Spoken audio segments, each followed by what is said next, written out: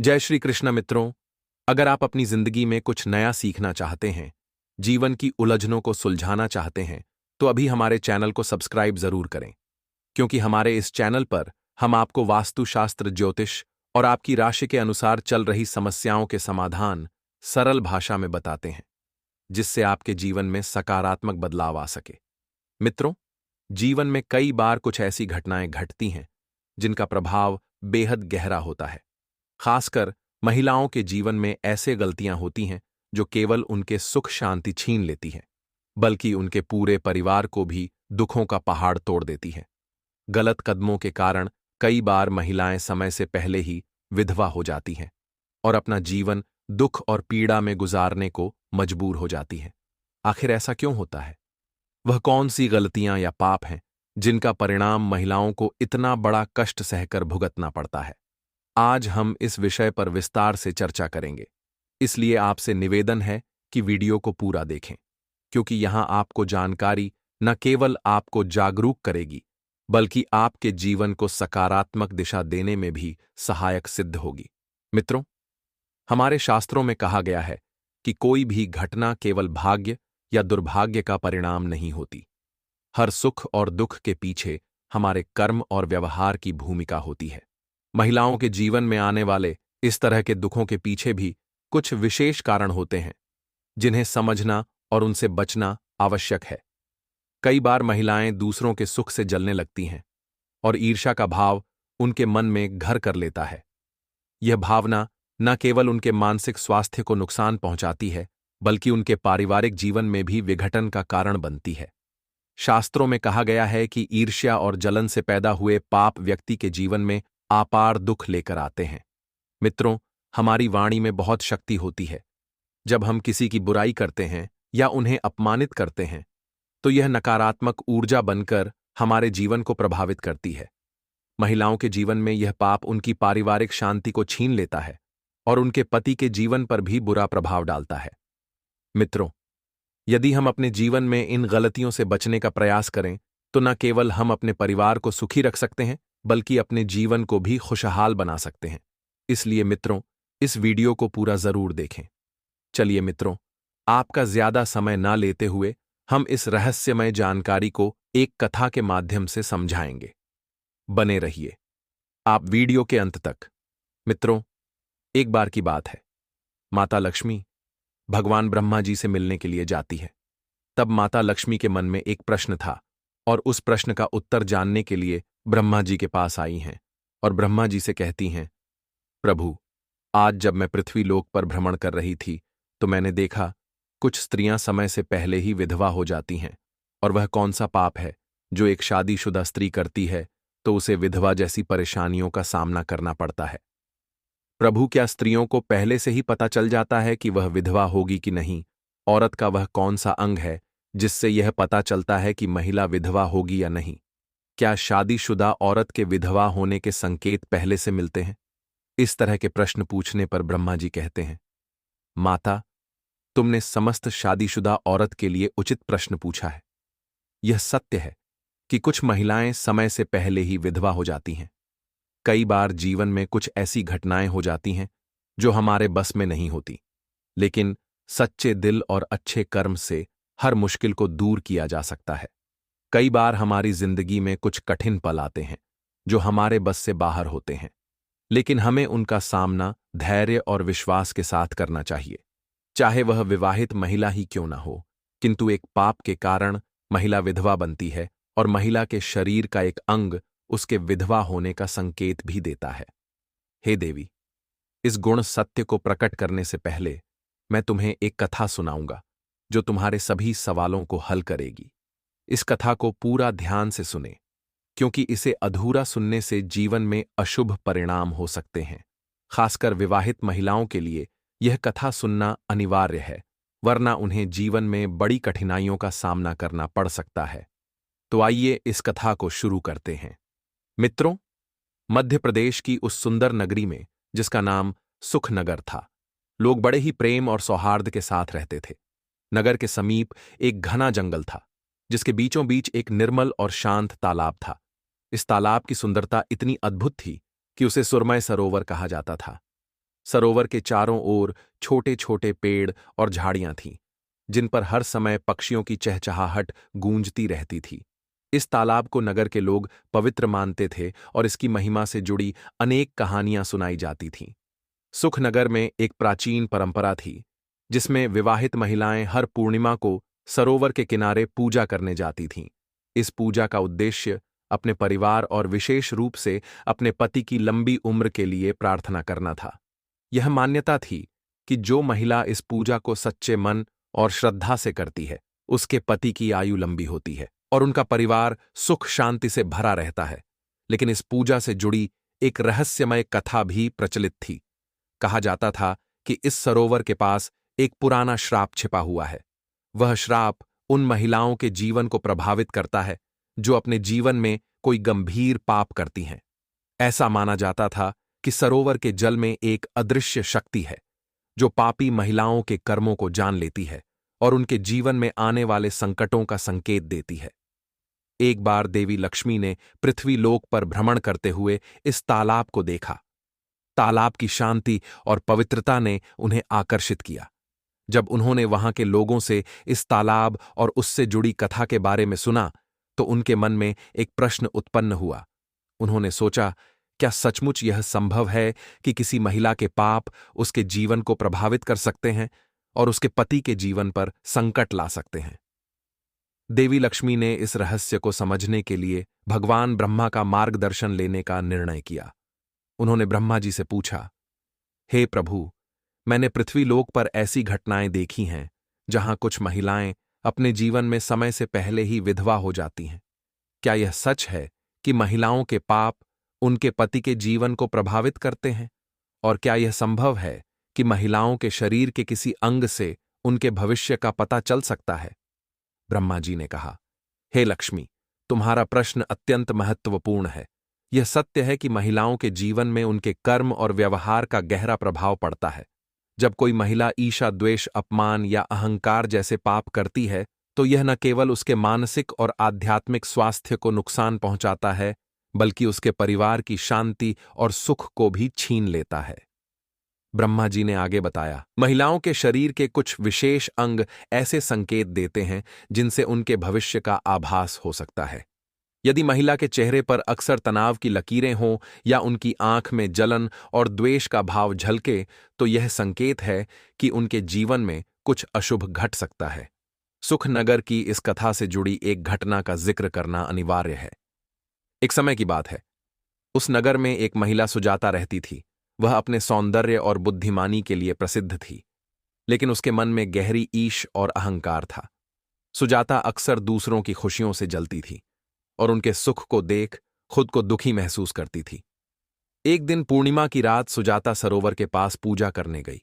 उसने पूजा तो की, लेकिन उसके मन में ईर्ष्या और द्वेष भरा हुआ था। जैसे ही उसने सरोवर के जल को छुआ, एक अद्भुत घटना घटी। सरोवर का जल अचानक गहराई तक काला हो गया और सुजाता को ऐसा महसूस हुआ जैसे किसी ने उसे चेतावनी दी हो। सुजाता के मन में भय उत्पन्न हुआ।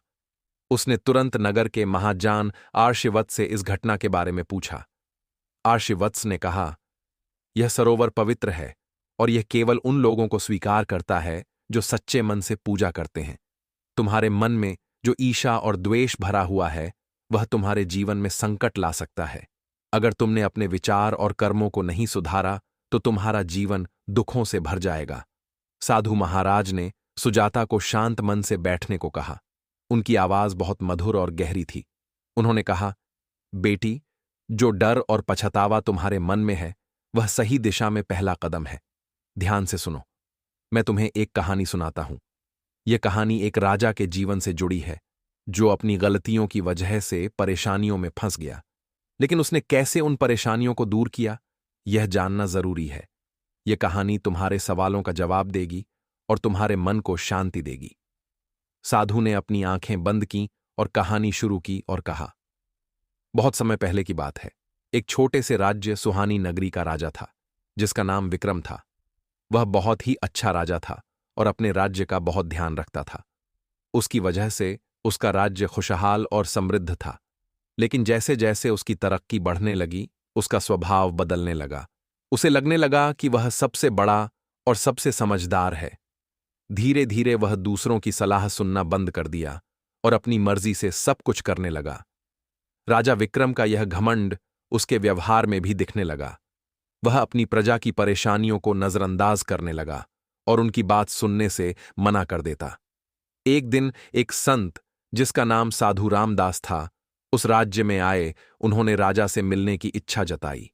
जब वे राजा से मिले तो उन्होंने कहा, राजा विक्रम, तुमने बहुत कुछ हासिल किया है, लेकिन तुम्हारे मन में अहंकार आ गया है। यह तुम्हारे लिए और तुम्हारे राज्य के लिए खतरा है। अगर तुमने इसे नहीं छोड़ा तो तुम्हें इसका बुरा परिणाम भुगतना पड़ेगा। लेकिन राजा विक्रम ने संत की बात को गंभीरता से नहीं लिया। उसने कहा, मुझे किसी की सलाह की जरूरत नहीं है। मैंने अपने दम पर सब कुछ हासिल किया है और मैं खुद अपनी परेशानी हल कर सकता हूं। संत रामदास ने राजा को चेतावनी दी, राजन, अगर तुमने अपनी गलती नहीं सुधारी तो तुम्हारे अच्छे दिन खत्म हो जाएंगे। समय रहते संभल जाओ। संत की चेतावनी के बावजूद राजा विक्रम ने अपने घमंड और कठोर व्यवहार को नहीं छोड़ा। उसने अपने राज्य में कर बढ़ा दिया और गरीबों की मदद करना बंद कर दिया। एक दिन एक बूढ़ी महिला दरबार में आई। उसने कहा, राजा साहब, मेरे पास कुछ भी नहीं बचा है। मेरी जमीन छीन ली गई है।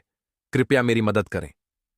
राजा ने उसकी बात को नजरअंदाज किया और सिपाहियों से उसे बाहर निकालने को कहा। उस महिला की आंखों में आंसू थे। जाते जाते उसने कहा, राजा साहब, आपका यह अन्याय आपको एक दिन जरूर भारी पड़ेगा। कुछ दिनों बाद राजा विक्रम की जिंदगी में अजीब घटनाएं होने लगीं। राज्य में बुरा समय शुरू हो गया। फसलें खराब होने लगीं। व्यापार रुक गया और लोग राजा से नाराज हो गए। राजा ने अपने मंत्रियों से पूछा, यह सब क्यों हो रहा है? मेरा राज्य तो हमेशा सुखी और खुशहाल था। मंत्रियों ने कहा, राजा साहब, यह आपके व्यवहार का नतीजा है। आपने संत रामदास की बात नहीं मानी और अपनी प्रजा की अनदेखी की। अब आपको इसका अफफल भुगतना पड़ रहा है। राजा विक्रम को अपनी गलतियों का एहसास हुआ। उन्होंने संत रामदास को ढूंढने का निश्चय किया। जंगलों में भटकते हुए वे संत रामदास के आश्रम पहुंचे। राजा ने उनके पैर पकड़ लिए और कहा, हे संत, मुझे माफ कर दीजिए। मैंने आपकी बातों को अनदेखा किया। मुझे कृपया इस संकट से बाहर निकलने का रास्ता बताइए। संत रामदास ने राजा को शांत मन से देखा और कहा, राजन, तुम्हारे इस संकट का कारण तुम्हारे ही कर्म हैं। लेकिन अगर तुम सच्चे दिल से अपने कर्मों को सुधारो तो सब कुछ ठीक हो सकता है। तुम्हें अपने घमंड को छोड़कर प्रजा की सेवा करनी होगी, तभी तुम्हारा संकट दूर होगा। राजा विक्रम ने संत रामदास की बात को ध्यान सुना। उन्होंने अपने घमंड को छोड़ने का निश्चय किया। उन्होंने अपने महल के सारे ऐशो आराम छोड़ दिए और सीधे प्रजा के बीच जाकर उकी मदद शुरू दी। राज ने अपनी गलमां ने माफी मांगी। उन्होंने गरीबों को उनके घर और जमीन लौटाई। जो भी जरूरतमंद था उसकी हर संभव मदद की। धीरे धीरे राजा का व्यवहार बदल गया। लोग उनके प्रति फिर से सम्मान महसूस करने लगे। राज्य में फिर से खुशहाली लौट आई।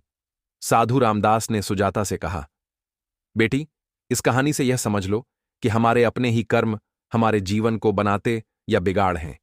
यदि हमारे मन में घमंड, ईश या द्वेष है तो यह हमारे जीवन में दुख लाता है। लेकिन अगर हम सच्चे दिल से अपनी गलतियों को सुधारें और अच्छे काम करें तो हमारा जीवन फिर से खुशहाल हो सकता है। साधु की यह कहानी सुनकर सुजाता का मन शांत हो गया। उसने साधु को प्रणाम किया और अपनी गलतियों को सुधारने का वचन दिया। ब्रह्मा जी ने अपनी कथा समाप्त की और माता लक्ष्मी की ओर देख मुस्कुराए। उन्होंने कहा, हे देवी लक्ष्मी, अब आप बताइए, क्या आपको यह कथा समझ में आई? क्या इससे आपके सभी प्रश्नों का उत्तर मिल गया? माता लक्ष्मी ने सिर झुकाकर कहा, हे ब्रह्मादेव, आपकी कथा ने मेरे सभी प्रश्नों का समाधान कर दिया। मैंने यह सीखा कि किसी भी घटना के पीछे हमारे कर्म और विचारों की गहरी भूमिका होती है।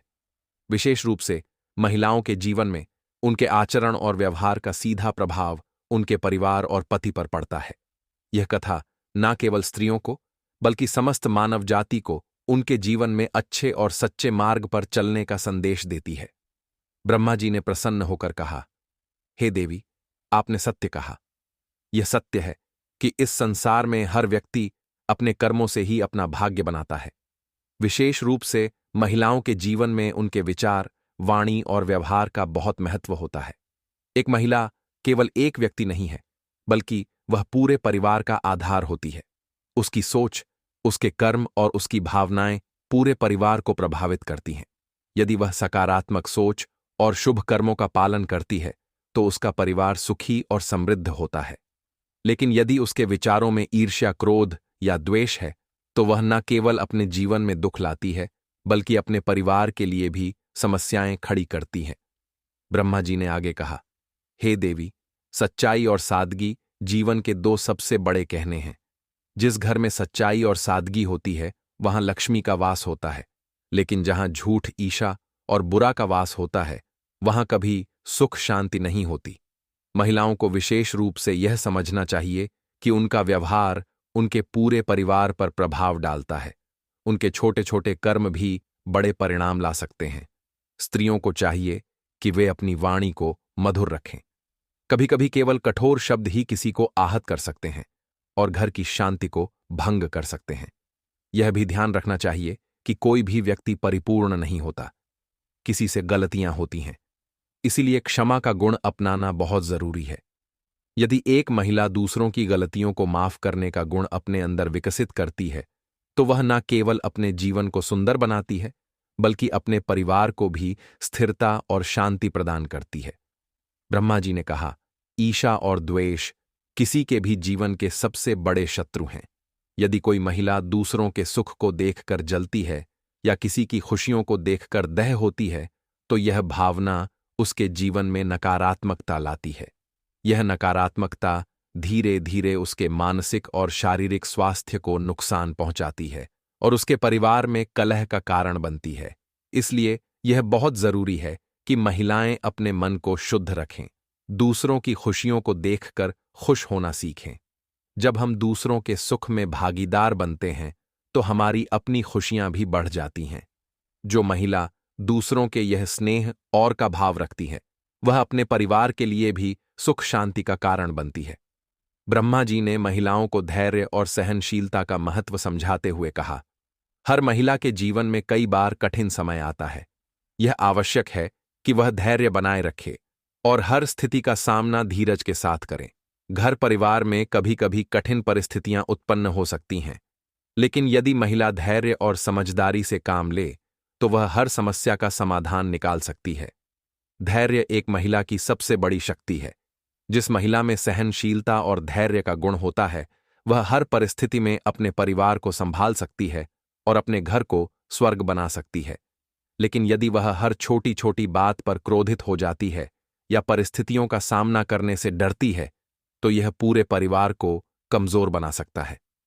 ब्रह्मा जी ने कहा, हे देवी लक्ष्मी, आपका नाम समृद्धि और सुख शांति का प्रतीक है। जिस घर में स्त्री सच्चे मन और अच्छे आचरण से जीवन जीती है वहां स्वतः ही मां लक्ष्मी का वास होता है। लेकिन जहां बुराई, क्रोध और ईर्ष्या का वास होता है वहां लक्ष्मी कभी स्थिर नहीं रहती। इसलिए महिलाओं को चाहिए कि वे अपने घर में सादगी और पवित्रता बनाए रखें। रोज सुबह उठकर घर की साफ सफाई करें, देवी देवताओं का स्मरण करें और अपने परिवार के सुख शांति के लिए प्रार्थना करें। ऐसा करने से घर में सकारात्मक ऊर्जा आती है और हर व्यक्ति को जीवन में सुख शांति का अनुभव होता है। ब्रह्मा जी ने महिलाओं को अपने भविष्य को बेहतर बनाने के लिए सुझाव देते हुए कहा, यदि कोई महिला चाहती है कि उसका जीवन और उसका परिवार सुखी रहे तो उसे निम्नलिखित बातों का पालन करना चाहिए। सद्गुणों का पालन करें, हमेशा सत्य बोले, दूसरों की मदद करें और अपने परिवार के प्रति वफादार रह नम्रता और स्नेह का भाव रखें। अपने परिवार और समाज के साथ नम्रता और स्नेह से पेश आएं। यह गुण न केवल आपके जीवन को सुंदर बनाएगा बल्कि आपके परिवार को भी मजबूत करेगा। दूसरों की खुशी में खुशी ढूंढें, कभी भी दूसरों की खुशी से ईर्ष्या न करें। दूसरों के सुख में अपनी खुशी ढूंढने की कोशिश करें। कठोर शब्दों से बचें, अपनी वाणी को हमेशा मधुर रखें। कठोर शब्दों से बचें क्योंकि यह दूसरों को आहत कर सकता है। धैर्य और समझदारी से काम ले, हर स्थिति का सामना धैर्य और समझदारी से करें। ब्रह्मा जी ने माता लक्ष्मी को अंत में कहा, हे देवी, यह संसार कर्म और विचारों का प्रतिफल है। यदि कोई व्यक्ति अपने जीवन में अच्छे कर्म करता है और अपने विचारों को शुद्ध रखता है तो वह अपने जीवन को सुखमय बना सकता है। यह शिक्षा विशेष रूप से महिलाओं के लिए है, क्योंकि वे परिवार की नियम होती हैं। उनका हर कार्य और विचार उनके पूरे परिवार को प्रभावित करता है।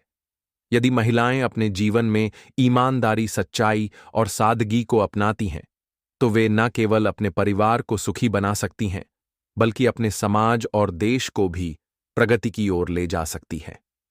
माता लक्ष्मी ने ब्रह्मा जी को धन्यवाद देते हुए कहा है, ब्रह्मादेव, आपने मेरे सभी प्रश्नों का उत्तर दिया और मेरे मन के सभी संदेहों को दूर किया।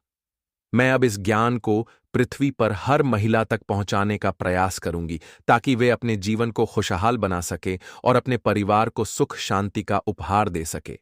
ब्रह्मा जी ने मुस्कुराते हुए कहा, हे देवी, यही तो सच्चा ज्ञान है। इसे जितना बांटा जाए उतना ही यह बढ़ता है। आप इस ज्ञान को सबके साथ साझा करें, ताकि हर कोई इसका लाभ उठा सके। इस प्रकार माता लक्ष्मी और ब्रह्मा जी का संवाद समाप्त हुआ, लेकिन यह शिक्षा हमारे जीवन में हमेशा के लिए अंकित हो गई। मित्रों, आपको यह कथा कैसी लगी? अगर पसंद आई हो तो वीडियो को लाइक करें और अपने दोस्तों के साथ शेयर करें। और हां मित्रों, अगर आप हमारे चैनल पर पहली बार आए हैं तो हमारे चैनल को सब्सक्राइब करें। धन्यवाद।